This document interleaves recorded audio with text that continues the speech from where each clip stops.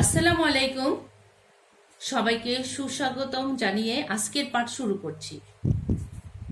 আমি মোসাম্মদ খুরশিদা জাহান, সিনিয়র শিক্ষক, police line school and college, Rangpur. স্নেহভাজন শিক্ষার্থীরা, আশা করি সবাই ভালো আছো। তোমাদের দোয়ায় আমিও ভালো আছি। আমরা দুটো ছবি দেখব।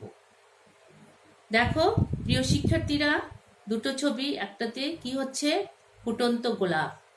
আর একটি ছবিতে আমরা দেখতে পাচ্ছি একটা শিশু, সে প্রকৃতির মাঝে অপার আনন্দে ঘুড়ি উড়াচ্ছে। এই দুটো ছবি আমরা দেখতে পাচ্ছি। তাহলে এই ফুল এবং এই শিশু দুইটোই কিন্তু কি পরিবেশের উপাদান, পরিবেশের অংশ। তাহলে মানুষ, প্রকৃতি দুটোই পরিবেশের অংশ। আমরা জানি প্রতিটি মানুষ বেঁচে থাকার অধিকার আছে এবং তার স্বাধীনভাবে বেঁচে থাকার অধিকার। মানুষ ও প্রকৃতি একে অপরের সাথে ওতপ্রোতভাবে জড়িত। আমাদের চারপাশ যদি সজীব ও সুন্দর না হয়, তাহলে বেঁচে থাকার আনন্দই কি হয়ে যাবে, বৃথা হয়ে যাবে। একটি শিশুর শারীরিক ও মানসিক বিকাশের সাথে তার চারপাশের সুস্থ পরিবেশের সম্পর্ক রয়েছে। মূলত এই প্রেক্ষাপটকে সামনে রেখেই আজকের পাঠ, কবিতা বাঁচতে দাও। এটা লিখেছেন কবি শামসুর রাহমান। এই কবিতা পড়ার পর তোমরা যেটা জানবে, শিখন ফল, কবি পরিচিতি বলতে পারবে, আবৃত্তি করতে পারবে, প্রকৃতি ও পরিবেশের প্রতি যত্নবান হতে আগ্রহী হবে। সুস্থ প্রাকৃতিক পরিবেশ না থাকলে শিশুর বিকাশ বাধাগ্রস্ত হবে, এই বিষয়টি অনুধাবন করতে পারবে। তাহলে কবিতাটাই পড়ি, তোমরা এগুলো লিখতে এবং বলতে পারবে। কবি শামসুর রহমানের ছবি তোমরা দেখতে পাচ্ছ। কবি শামসুর রহমানের ছবি তোমরা দেখতে পাচ্ছ। দেখে নাও প্রিয় প্রিয় শিক্ষার্থীরা। চলো এবার কবি শামসুর রহমানের পরিচিতি সম্পর্কে আমরা জেনে নিই। তার জন্ম 1929 সালে। জন্মস্থান নরসিংদীর পাড়াতলি গ্রামে। পেশা সাংবাদিকতা। বিভিন্ন সময় তিনি মর্নিং নিউজ, রেডিও বাংলাদেশ, দৈনিক গণশক্তি ইত্যাদিতে সাংবাদিক হিসেবে দায়িত্ব পালন করেছেন। প্রায় 1 দশক ধরে তিনি ছিলেন দৈনিক বাংলার সম্পাদক। কবিতা অনুবাদেও তিনি সিদ্ধহস্ত। এছাড়া তিনি উপন্যাস, স্মৃতিকথা, প্রবন্ধও লিখেছেন। কবি শামসুর রহমান মৃত্যুবরণ করেছেন 2006 সালে। তার লেখালেখিগুলো আমরা একটু দেখে নেই। প্রিয় শিক্ষার্থীরা, লক্ষ্য করো, তিনি শিশুদের জন্য চমৎকার কবিতা লিখেছেন। এলেটিং বিলেটিং, ধান ভানতে কুড়ো দিব, গোলাপ ফোটে খুকির হাতে ইত্যাদি তার উল্লেখযোগ্য ছড়া ও কবিতার বই। কবি শামসুর রহমান উপন্যাসও লিখেছেন। এলো সে অবেলায়, অদ্ভুত আধার এক, অক্টোপাস। সাহিত্য সাধনার স্বীকৃতি হিসেবে কবি শামসুর রহমান অনেক পুরস্কার ও পদকে ভূষিত হয়েছেন। এসব পুরস্কার মধ্যে উল্লেখযোগ্য হল বাংলা একাডেমি পুরস্কার, 21 পদক, মোহাম্মদ নাসিরউদ্দিন স্বর্ণপদক। এরপর দেখে নাও তোমরা, একক কাজ দিয়েছি আমি এই লেখক কবি পরিচিতির উপরে। দেখো কবির জন্মস্থান, জন্মসাল, পুরস্কার, উপন্যাস ও পেশা কি ছিল, এগুলো তোমরা খাতায় লিখবে সুন্দর করে, একক কাজ। শিক্ষার্থীরা, চলো আমরা কিছু নতুন শব্দের অর্থ জেনে নিই। শব্দ: পানকৌড়ি, কালো রঙের হাঁস জাতীয় মাছ শিকারী পাখি। গহীন, গভীর, নাইতে, গোসল করতে, গাঙে, নদীতে। এগুলো হচ্ছে শব্দ এবং অর্থ। এছাড়া কিছু টিকা আছে, দেখে নাও তোমরা। আমি বলছি, তোমরা শোনো।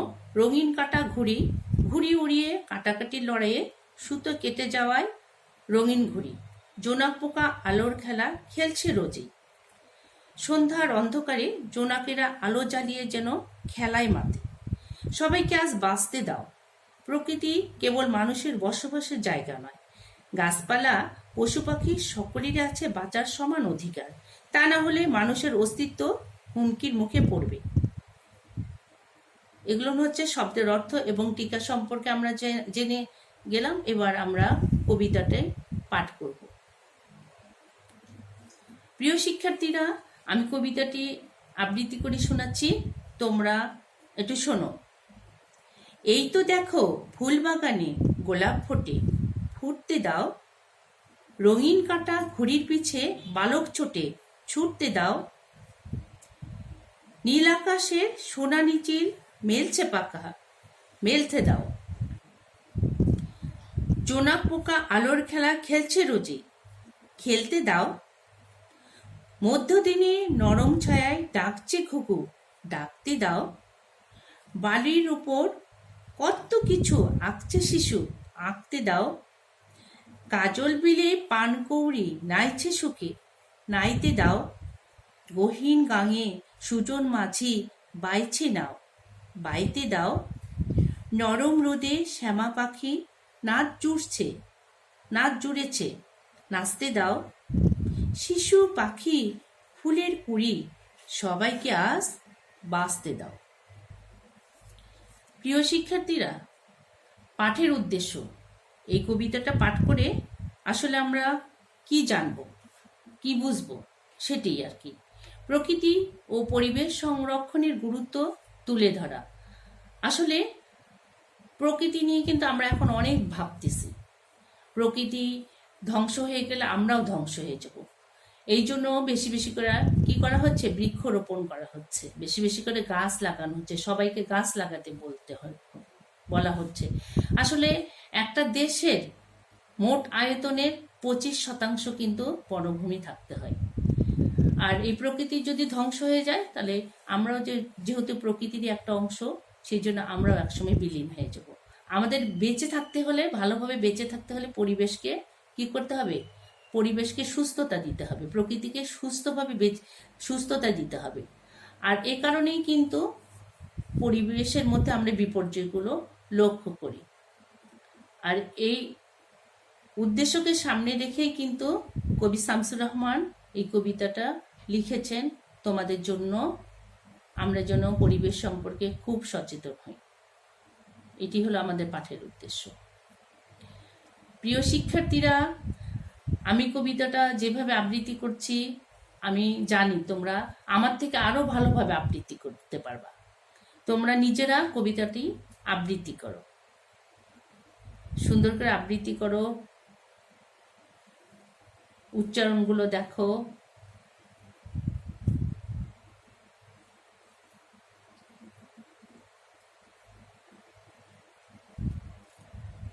প্রিয় শিক্ষার্থীরা, এখানে কিছু বানান সতর্কতা আছে, সেগুলো তোমরা একটু দেখে নাও। এগুলো জানা থাকলে পরে তোমাদের লিখতে সহজ হবে, বানান ভুল হবে না। এটা হলো কুড়ি, পাখি, শ্যামা, সুজন, গাঙে, গহীন, পানকৌড়ি, সোনালি, শিশু আর রঙিন। এই হচ্ছে বানান সতর্কতা।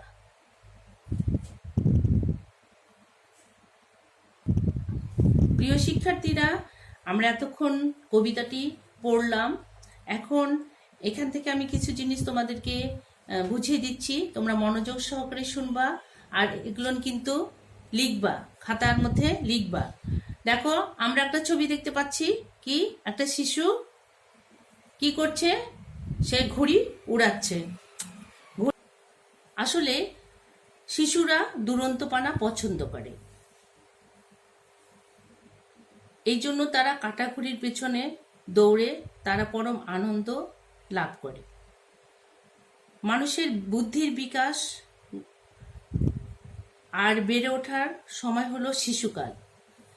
এ সময় শিশুদের ইচ্ছা যদি কার্যক্ষেত্রে বাস্তবায়িত হয় তবে তাদের মানসিক বুদ্ধি কি হয়, প্রখর হয়। এরই ধারাবাহিকতা শিশুসুলভ আনন্দে বালক রঙিন কাঁটা ঘড়ির পিছনে ছোটে। এই হচ্ছে রঙিন কাঁটা ঘড়ির পিছনে বালক ছোটার উদ্দেশ্য। এরপরে দেখো সুজন মাঝি কোথায় নাও বাইছে, গহীন গাঙে সে নাও বাইছে। সুজন মাঝি তার জীবিকার তাগিদে, রুজি রোজগারের তাগিদে সে নাও বাইছে, আনন্দে চিত্তে নাও বাইছে। আমাদের দেশে বিভিন্ন পেশাজীবী মানুষ বাস করে, তাঁতি, কামার কুমোর, জেলে, শ্রমিক, আবার কেউ মাঝি। মাঝিরা মনের আনন্দে জীবিকার অন্বেষণে গহীন গাঙে নাও বায়, অনেক সময় ভাটিয়ালি গানও গায় তারা মনের আনন্দে।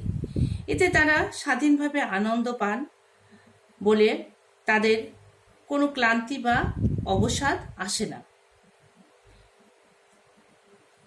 কবির মতে তাদের স্বাধীনভাবে গাঙে নাও বাওয়ার অধিকার দিতে হবে, যেন মনের আনন্দে তারা কাজ করতে পারে, রুজি রোজগারের ব্যবস্থা করতে পারে। এইটি হচ্ছে গহীন গাঙে সুজন মাঝি নাও বাওয়ার উদ্দেশ্য।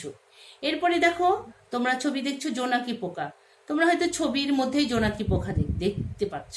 অনেকে আছো এমন যে জোনাকি পোকা বাস্তবে দেখোনি, কিন্তু আমি ছোটবেলায় জানো অনেক জোনাকি পোকা দেখেছি। ঝোপে ঝাড়ে রাতের অন্ধকারে এরা বের হয়। আমি এই জোনাকি পোকা ধরে ধরে আবার বোতলের মধ্যেও ভরে রাখতাম। ওদের খেলা দেখতাম, আবার ছেড়ে দিতাম। তো এই জোনাকি পোকা কিভাবে আলো জ্বালাচ্ছে, আলোর খেলা খেলছে, তাকে খেলতে দিতে বলছে কবি। প্রকৃতিকে সুস্থ থাকতে দিতে বলছে। আসলে প্রকৃতি অসুস্থ হয়ে গেলে পরে এই জোনাকি পোকা এরা কেউই থাকবে না। তা আলো জ্বালায় সে অন্ধকারে রাতের আধারে সে ঝোপে ঝাড়ে উড়ে বেড়ায় জোনাকি পোকা। আলোর দিনের বেলায় সাধারণত জোনাক পোকা বের হয় না, কিন্তু যখন পৃথিবীর বুকে রাতের আধার নেমে আসে তখন তারা আলো জ্বালে প্রকৃতিতে বেরিয়ে আসে।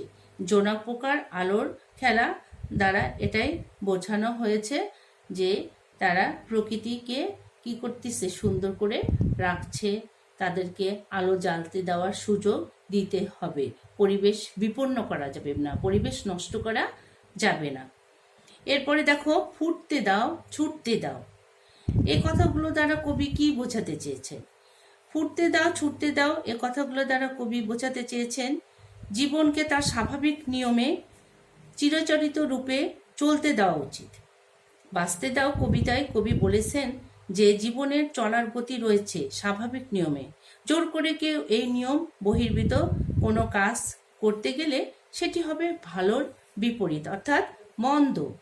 সময় উপযোগী ও পরিবেশ উপযোগী যে কাজ বা বিষয় রয়েছে তাকে স্বাভাবিক নিয়মেই চলতে দেওয়া উচিত। অর্থাৎ কথা আছে যে বনেরা বনে সুন্দর, শিশুরা মাতৃ করে। স্বাভাবিকতাকে বিবর্জিত করা যাবে না, স্বাভাবিক জিনিসেই সুন্দর। প্রিয় শিক্ষার্থীরা, তোমরা নিশ্চয় বুঝেছ যে কবিতাতে আসলে কি বলা হয়েছে। আমি বুঝিয়ে দিলাম, তোমরা আশা করি সবাই বুঝেছ। এখন তোমাদের একটু কাজ দেই, তোমরা বাড়ির বড়দের সঙ্গে পরামর্শ করে কাজগুলো করবা। কবি শামসুর রহমানের মতে প্রকৃতি ও পরিবেশ সংরক্ষণের গুরুত্ব ব্যাখ্যা করো। এটা হচ্ছে তোমাদের দলগত কাজ। এরপরে দেখো মূল্যায়নে আমি 3টা প্রশ্ন দিয়েছি। সোনালি চিল কোথায় পাখা মেলে? সোনালি চিল নীল আকাশে পাখা মেলে। 2য় নাম্বারটা দেখো, কবি কাকে বাঁচতে দিতে বলেছেন? কবি শিশু, পাখি, ফুলের কুড়ি সবাইকে বাঁচতে দিতে বলেছেন। এরপরে দেখো, কাজল বিলে পানকৌড়িকে নাইতে দেওয়ার আহ্বান দ্বারা কবি কি বোঝাতে চেয়েছেন? কাজল বিলে পানকৌড়িকে নাইতে দেওয়ার আহ্বান দ্বারা কবি প্রাণী জগতের স্বাভাবিক বিকাশ বাধাগ্রস্ত না করার কথা বুঝিয়েছেন। প্রাণী জগতের বেঁচে থাকার প্রধান আশ্রয় প্রকৃতি ও পরিবেশ। কিন্তু এগুলো ধ্বংস হয়ে গেলে প্রাণী জগৎ বিপন্ন হয়ে যাবে একসময়। পানকৌড়ি জলচর প্রাণী, বিলে ঝিলে মাছ খেয়ে তাদের জীবন কাটে, কিন্তু বিল ভরাট করলে তাদের বেঁচে থাকা হবে না। তাই বিলে যেন পানকৌড়ি নাইতে পারে তার ব্যবস্থা করার কথা বলা হয়েছে। কি হলো? প্রিয় শিক্ষার্থীরা, বাড়ির কাজ নিয়ে নাও। আমি একটা সৃজনশীল প্রশ্ন দিয়েছি। এটা তোমরা খাতায় সুন্দর করে লিখে রাখবা, আমরা পরে দেখে নেব। একটা গ্রাম বাংলার দৃশ্য এখানে দেখতে পাচ্ছ। মানুষ স্বাভাবিক পরিবেশে সুস্থভাবে বেঁচে থাকার জন্য যেটা করা দরকার সেই কাজগুলো তারা কিন্তু এখানে করছে। দেখো, গাড়িওয়ালা গাড়ি নিয়ে যাচ্ছে, মহিলারা কাজ করছে, আবার দূরে দেখো নৌকা, মাঝিরা নৌকা চালাচ্ছে। এটা সুস্থ পরিবেশ। আকাশে, নীল আকাশে পাখিরা ডানা মেলে উড়ে বেড়াচ্ছে। এই সুস্থ স্বাভাবিক। প্রিয় শিক্ষার্থীরা, সবাই সুস্থ থাকবে, ভালো থাকবে। সবাইকে আবারও ধন্যবাদ জানিয়ে আজকে এখানে শেষ করছি। আল্লাহ হাফিজ।